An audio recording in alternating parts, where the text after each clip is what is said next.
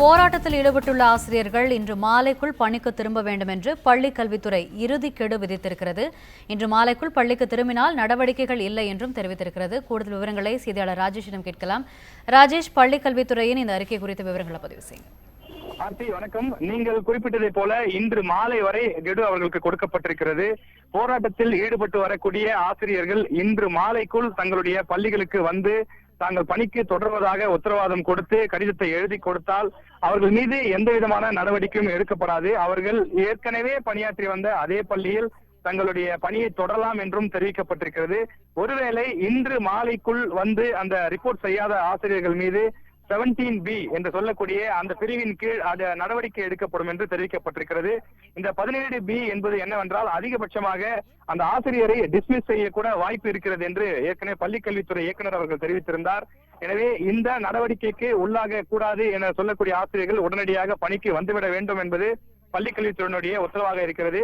ஏற்கனவே அந்த 9 அம்ச கோரிக்கைகளை வலியுறுத்தி போராட்டத்தில் ஈடுபட்டு வரக்கூடிய ஆசிரியர்கள் பெரும்பான்மையினர்கள் அந்த பள்ளிக்கல்வித்துறையினுடைய கோரிக்கையை ஏற்று நேற்று மாலையும் இன்று காலையும் அதிக அளவிலே பள்ளிக்கு திரும்பி வந்த வண்ணமாக இருக்கிறார்கள் என்றும் அது குறித்த புள்ளி விவரங்களை எல்லாம் காலையில் பள்ளிக்கல்வித்துறை இயக்குநர் அவர்கள் பேட்டியில் கூட குறிப்பிட்டிருந்தார். உயர்நிலை மற்றும் மேல்நிலை பள்ளியை சேர்ந்த ஆசிரியர்கள் 97% பேர் இன்றைக்கு பள்ளிக்கு வருகை புரிந்திருக்கிறார்கள் என்றும் அதே போல தொடக்க கல்வியை சேர்ந்த ஆசிரியர்கள் 85% பேர் இன்றைக்கு பள்ளிகளுக்கு வருகை புரிந்திருக்கிறார்கள் என்றும் தெரிவிக்கப்பட்டிருக்கிறது.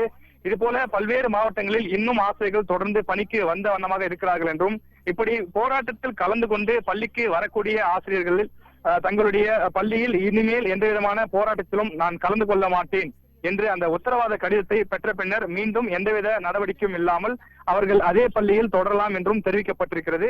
ஒருவேளை இன்றை மாலைக்குள் பள்ளிக்கு திரும்பாத அந்த ஆசிரியர்கள் மீது துறை ரீதியான நடவடிக்கை எடுக்கப்படுவது மட்டுமல்லாமல் அவர்கள் தற்காலிக பணியிடை நீக்கமும் செய்யப்படுவார்கள்.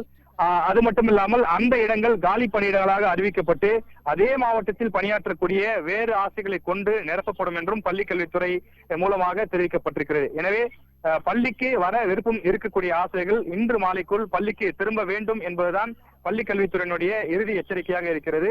இப்படி பள்ளிக்கு திரும்பக்கூடிய ஆசிரியர்களை ஒரு சிலர் மிரட்டுவதாகவும், அதாவது அந்த ஆசிரியர் சங்கங்களை சேர்ந்த சில நிர்வாகிகள் பள்ளிக்கு செல்லக்கூடாது என தொடர்ந்து மிரட்டுவதாகவும் தெரிவித்திருக்கிறார்கள்.